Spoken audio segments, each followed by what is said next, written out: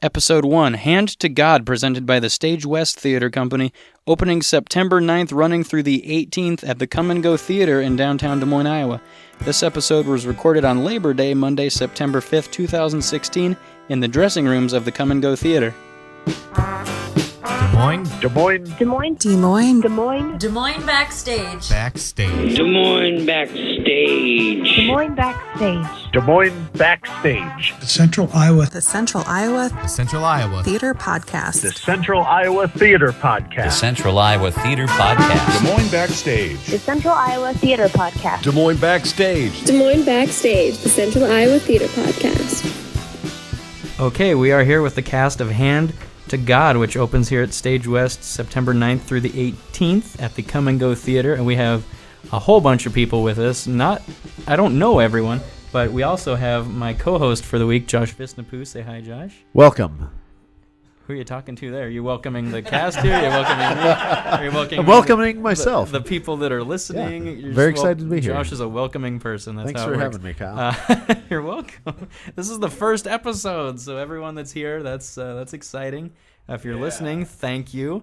It's a passion project for me and for everyone that's involved. So Todd, tell us a little bit about just kind of an overview of the show, if you could. Puppets, God, and sex. That's the three essentials right there. I feel like that's the food pyramid of theater. That's all you need. So, the main character, Jason, his father dies, and his mother, they start going to church, and the minister thinks that puppets might help, so he gives Marjorie the job of the puppet ministry, and Jason's puppet seemingly becomes possessed by the devil, and all sorts of fun starts then happening. And hilarity ensues. And danger. Dun, dun, dun. So would you say it's a comedy then? The show, is it a comedy? Or It's a comedy. Yeah? I think it's a dark comedy. Dark comedy? I think it's more it's less dark than some we've done. That's saying something. It's like a gray comedy. It's a gray comedy. Yep. That's a great way to put it. Yeah. So, any reason you decided to open the season with this one? Is it a good season? Because it's opener? a comedy. Yeah? Yep. It's fun. It was new, and I just wanted to do it before somebody else did. So, How many times has this been produced? Well, Dramatist has had it for a while, but it only became available like 6 months ago or something. So I don't know. And this is the Iowa premiere, right? Yeah, it's being done a lot this season around the country. So because it's available. Okay. Yeah. Awesome. Cool. It ran in New York for 2 years, I think, on Broadway. Was nominated for a Best Play Tony Award, and I believe he was nominated. The kid who played Jason, who played it all the way through from its workshop stage off Broadway through Broadway run. So wow, it's like 3 years or some crazy thing. Wow, that's a long time.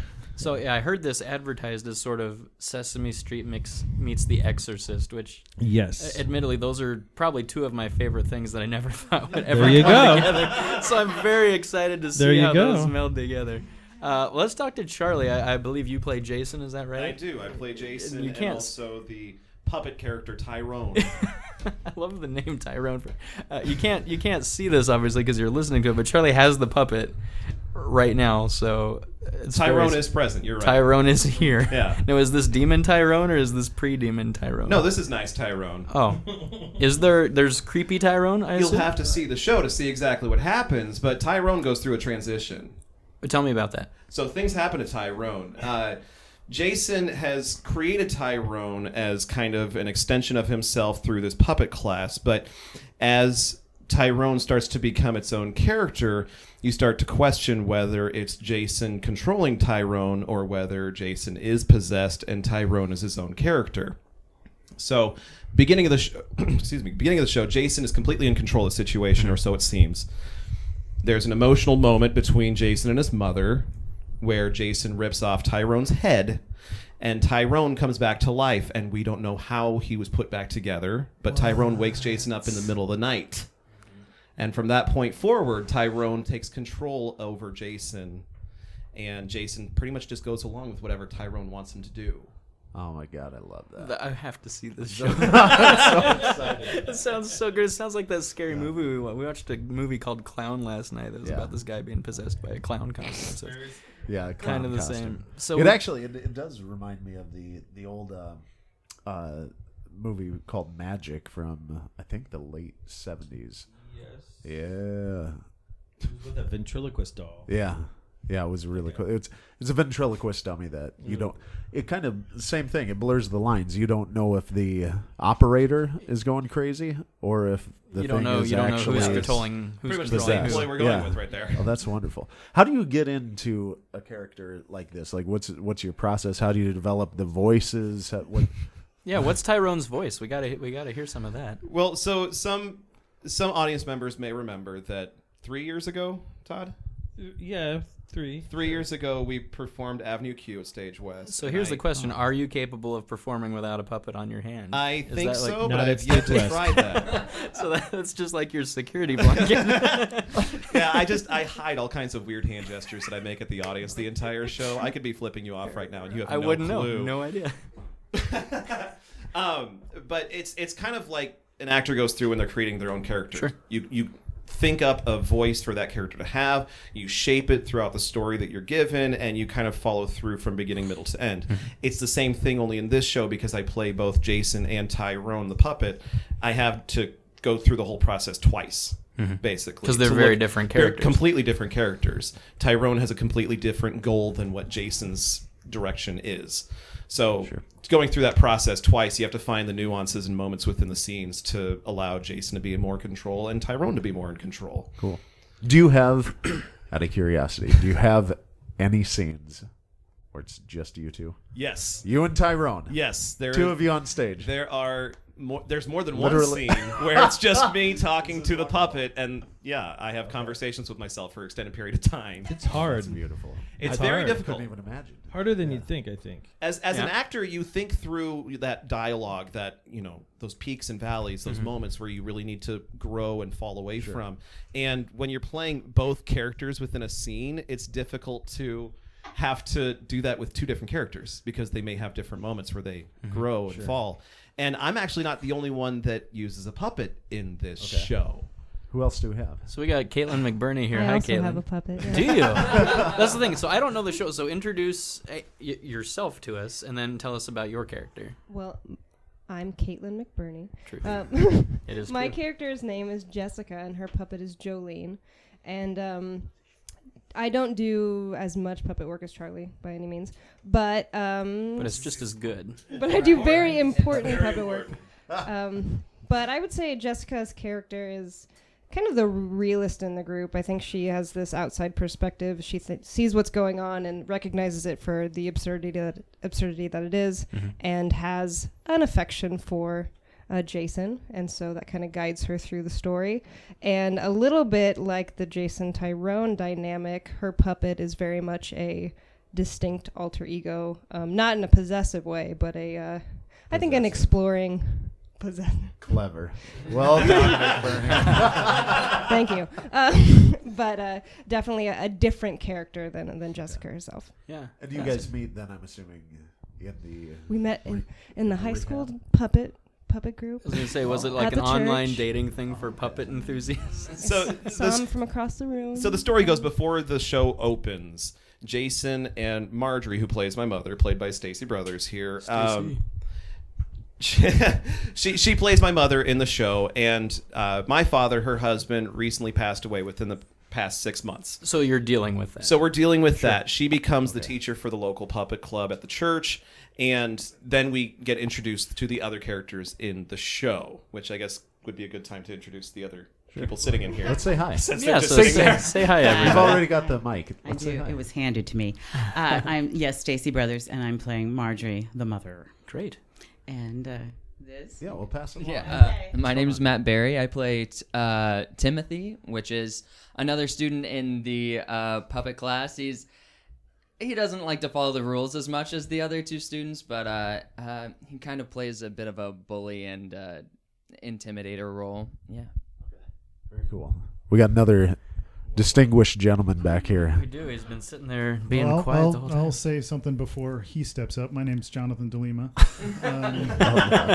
And I'm playing Pastor Greg. I am the head of the church here, trying to help everybody. Very genuinely trying to help people, not always maybe in the wisest ways, but certainly in genuine ways. And I felt that Marjorie really could use some activity to help, get her through this difficult time, and would also help Jason, her son, deal with the loss of his father. So you're a puppet enthusiast as well, then? I think anything in service, anything creative in service of the Lord and his good wishes. And his plans is, I feel like there's worth exploring and encouraging. Do you feel like there's some backstory here that we're missing? I think you need to see the show to fully understand what's going on here. There's a lot of little inside things that are happening because of. I feel like there's more to him than we. Yeah, audience, it would be great if you could see all of this. But we'll have to do a video. I will say it's also funny. There are some anachronisms in this cast. For example, the bully character here, Matt, the actor Matt, playing Tim, is by far physically the smallest out of everybody in the cast. Yeah, how old are you? I'm 22. 22? Let's use the microphone, little Tim. I think we picked him up on Josh's. Follow official podcast rules. I'll have the microphone in hand. Well, tell us how you got involved with the show. Well, I just graduated from Drake in May with a BFA in musical theater. Congrats. And so, thank you. So I've been doing theater around the community, and StageWest is a company that I've had season tickets to with. I'm close to the area and have been around here for a while, and so I've had season tickets for probably about 5 seasons now, and so it's really cool to actually be in a cast with people that I've seen in previous productions before. So yeah, I'm lucky to be gracing the stage. Yeah, I would say there are definitely some fan favorites and some regulars in this show, so that's a good reason to come out. I guess Matt, being a college student, having season tickets, that sounds like they're awfully affordable, aren't they? Awfully affordable. Quick shameless plug. You can still get them. Oh, wonderful. Absolutely. Well, Yeah, and this is there's other options too. Well, this is the first show of the season too, so now is definitely the time to get them. Now's the time. You guys have other packages available. We do. We have 3-packs and 5-packs, and we'll do whatever you want. We'll make you. We'll give you a 6-pack if you want it. That's right. Todd, while you have the microphone now. Yes. I'm curious. I like all the discussion about the plot, etc. What kind of themes are we looking at? Like, what's it about? We've tried to figure that out actually at rehearsal. No, it's about. I think it's about religion. I think it's about organized religion and a place it holds in our society, and maybe what it's good for and what it's not good for.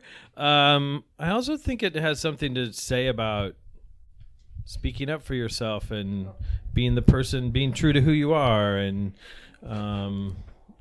those kind of themes as well. Yes? No? Yes. Well, no, and I was thinking grief as well, which of course is a huge thing and affects everybody differently. But I think it plays a very big part in my character very much. She's just a fairly recent widow, just 6 months. That's very soon. Yeah, very soon. I mean, if you look at the stages of grief, and you can kind of figure out where the average person might be, and I don't think Marjorie's exactly the average person. And in that 6 months, then she sort of created a situation with her son where about, he's kind of the man in her life right now. Sure. And so there's some responsibility in that maybe a little bit too much for the boy at this point in his own stages of grief. Yeah, so that's another theme that I think is strong, because grief will make you do funky things. Well, and it's got to be hard being a mom. Crazy things. Because you're trying to deal with it yourself, but then you're also trying to support your son, too. So right, and trying to focus a lot of my energy and my focus and what can I do well right now. I can make puppet shows, and I can teach these kids how to do that. Very cool. And who helped you realize that? Pastor Greg. All comes back to the past. Yeah, I've always been kind of curious. I like the idea of this podcast as an outlet to talk about some of the things that the audience doesn't get to see. You know, the process behind the how the cast goes through, develops a play, what they talk about during rehearsals, what the actors go through when they're putting together a character, or in this case, multiple characters for themselves. Right. Well, the title, Hand to God, so it takes place in Cypress, Texas. The playwright is from Texas, not Cypress, Texas, I don't believe. Mary Kay, Cosmetic Mary Kay is from Cypress, Texas. Yeah, so it's a suburb of Houston. Hand to God is like when, you know, something really crazy happens. Hand to God, that really happened. So that's where that's, yeah. Okay, that makes sense. I swear to God, I saw that. None of us can see that gesture, I but know. he's putting his hand up. Hand to God, just like it sounds. That's wonderful. Yeah. Oh, that's I don't think it's ever said in the play, though. Nope. Well, that's where the puppet comes in, Todd. Right. I got like it. a double entendre. Yeah. Wow. Whoa. See, we're still exploring things. Charlie's still. So Charlie, we want to talk to the puppet now. You wanna talk Can we to talk the to puppet? Tyrone? Of God, course this you is can talk to exactly like The Exorcist. Like, this is Father Karras. Like, we want to Reagan. Reagan, can you hear Can us? we speak? We want to speak to the entity inside Charlie. We'll speak to pre-demon Tyrone if that's okay. That's fine. Oh, this is what Tyrone sounds like? This is Tyrone. What can I do for you? I don't know. Tyrone, tell us about yourself. Well, you see, I was created in a church basement.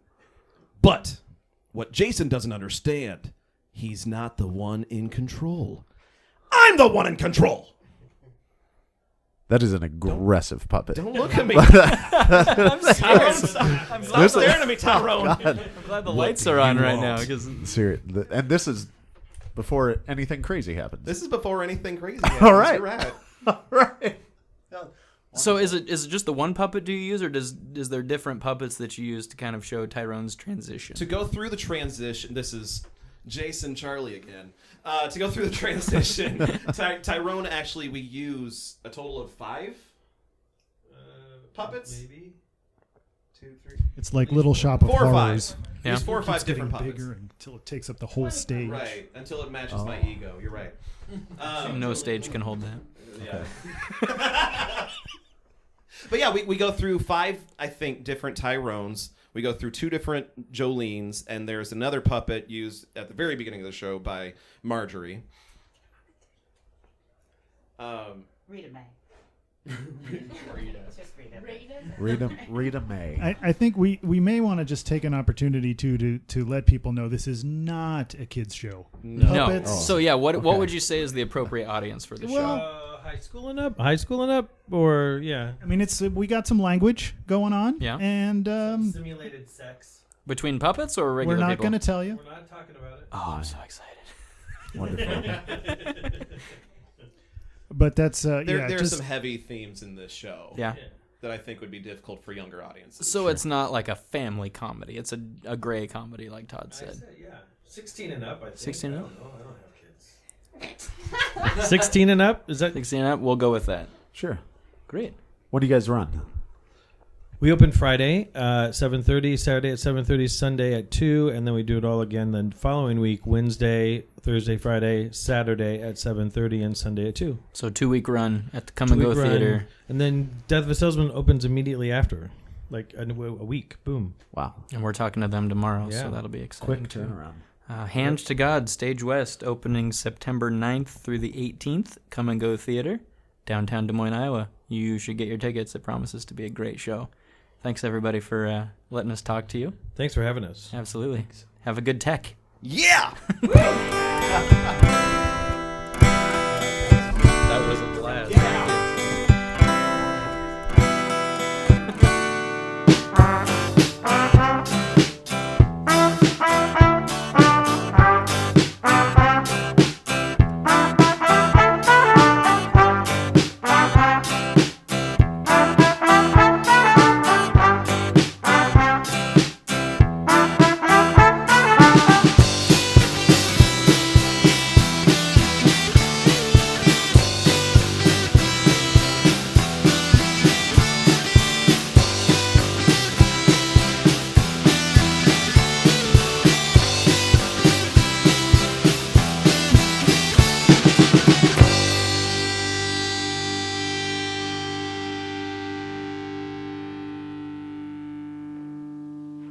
We want to speak to the entity inside Charlie.